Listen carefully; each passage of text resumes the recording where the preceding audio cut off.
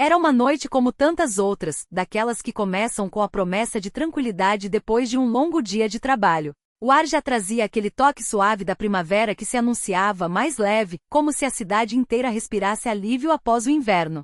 O sol demorava a se pôr, esticando os últimos raios dourados pelas ruas, e eu cheguei em casa com o cansaço nos ossos, mas o coração leve. Até abrir a porta. Uma segunda pair de sapatos na entrada, aqueles coturnos pesados da minha sogra, foi o suficiente para que o peso do dia caísse de vez sobre os meus ombros. Respirei fundo, tentando me convencer de que dessa vez seria diferente. Mas o aperto no peito não mentia, algo ruim estava por vir. Ela não aparecia sem motivo, e seus visitas surpresas sempre deixavam rastros de tensão no ar, como cinzas depois de um incêndio.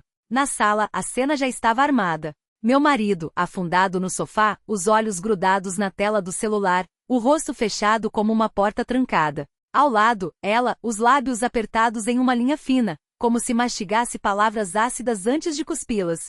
Cumprimentei os dois com um oi automático, mas o silêncio que seguiu foi tão cortante quanto uma faca mal afiada. Até que ela rompeu o gelo, ou melhor, jogou-o no chão para que todos escorregassem. Uma esposa decente abre a carteira para o marido sem questionar, disparou, com aquele tom doce azedo que só ela dominava. O que você esconde de nós? Uma mulher de verdade não tem segredos da família. Meus dedos gelaram ao tirar o casaco. Sabia que esse assunto viria à tona mais cedo ou mais tarde, afinal, não era a primeira vez que os ouvia cochichar na cozinha, trocando olhares desconfiados quando eu passava. Dinheiro é da família, não pode haver divisões, como se minha independência fosse uma traição. Mas aquela conta era minha. Cada real guardado havia anos, tirado do salário mês após mês, era meu colchão de segurança, minha rede contra os tombos que a vida adora preparar. Não era ganância, era sobrevivência. E eu não abriria mão disso, não importava quão forte soprasse o vento contrário. São minhas economias, respondi firme, embora a voz tremesse por dentro.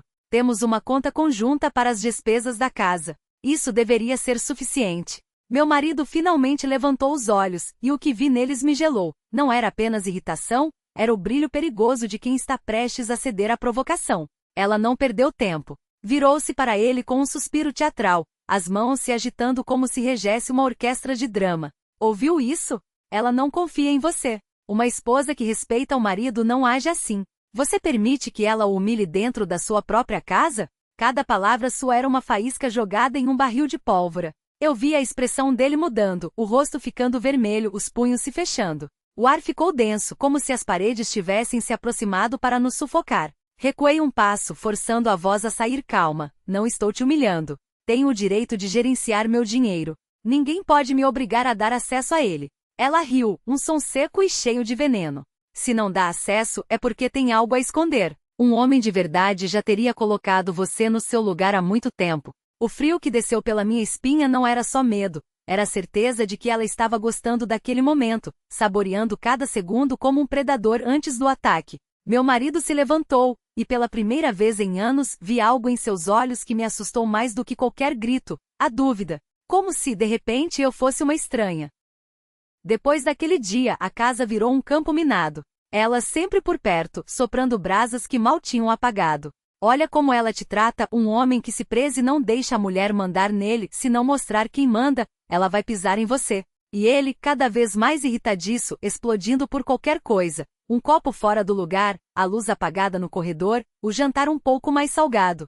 Cada discussão era um fio puxado por ela, cada olhada de reprovação minha era combustível para o fogo. Até que uma noite, depois de mais um dia exaustivo, tudo desabou. Eu no fogão, tentando me concentrar no jantar, enquanto ela, sentada à mesa, lançava suas flechas envenenadas.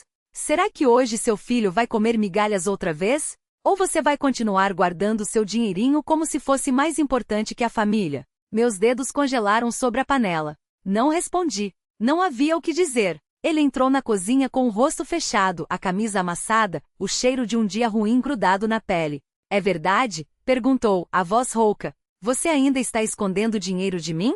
Tentei explicar. A conta era minha, eram anos de economia a meu amparo.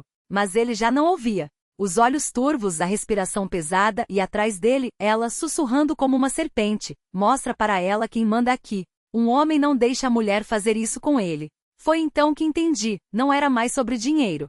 Era sobre poder. sobre uma corda sendo puxada até arrebentar, e eu, presa na ponta, sem saber se seria jogada no abismo ou se encontraria força para me soltar. A casa que deveria ser meu refúgio havia se tornado uma armadilha, e cada parede ecoava as palavras dela, distorcendo tudo o que éramos. Naquela noite, sentada à mesa com o jantar intocado e o coração batendo tão forte que doía, percebi que havia chegado a hora de escolher. Ou ele rompia as correntes que a mãe tecia em volta dele, ou eu perderia não só o casamento, mas a última coisa que me restava, a certeza de que estava segura em meu próprio lar. E pela primeira vez, senti algo mais forte que o medo, a raiva. Uma chama queimando por dentro, avisando que se fosse preciso eu queimaria tudo para me libertar. Na cozinha, os dedos apertavam a xícara de chá frio como se fosse a última âncora antes do naufrágio. Do lado de fora, a chuva miúda batia na janela com uma teimosia hipnótica, como se o céu também estivesse contando segundos até a explosão.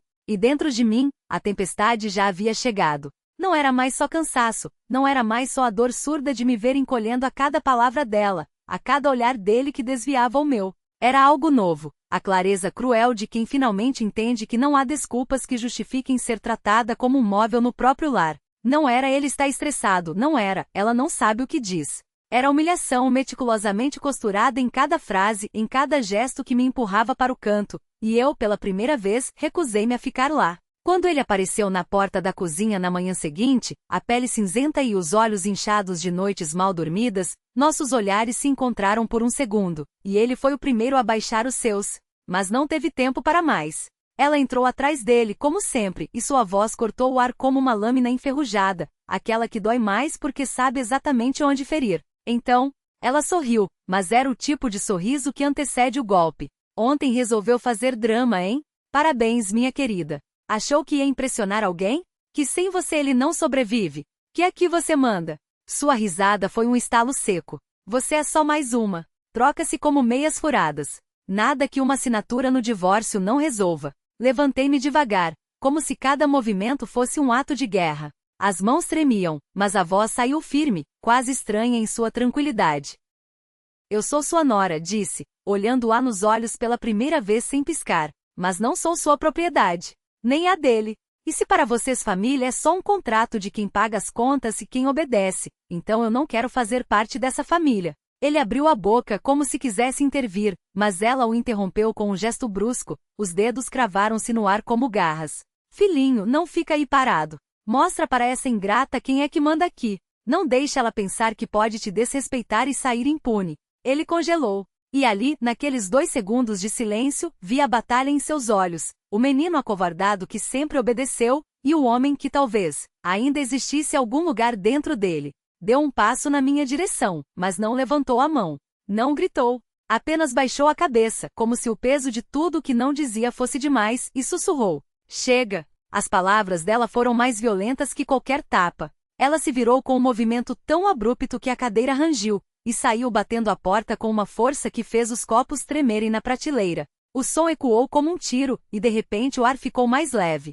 Respirei fundo, e foi como se, junto com aquele ar, saísse também uma parte daquela mulher que eu tinha sido, a que engolia em silêncio, a que esperava permissão para existir. Ele continuou ali imóvel, como um garoto perdido que de repente percebe que todos os mapas que seguiu eram falsos. E então eu disse sem ódio, mas sem espaço para dúvidas. Você vai ter que escolher. Ou é meu marido, ou é o filho dela para sempre. Mas eu não vou mais ser a sombra que vocês pisam. As palavras saíram mais fáceis do que imaginei, como se tivessem esperado anos por aquele momento. E quando fechei a porta do quarto naquela noite, não foi o silêncio que me acolheu, foi algo mais profundo, a certeza de que, pela primeira vez em muito tempo, eu não estava trancando uma prisão. Estava abrindo uma saída.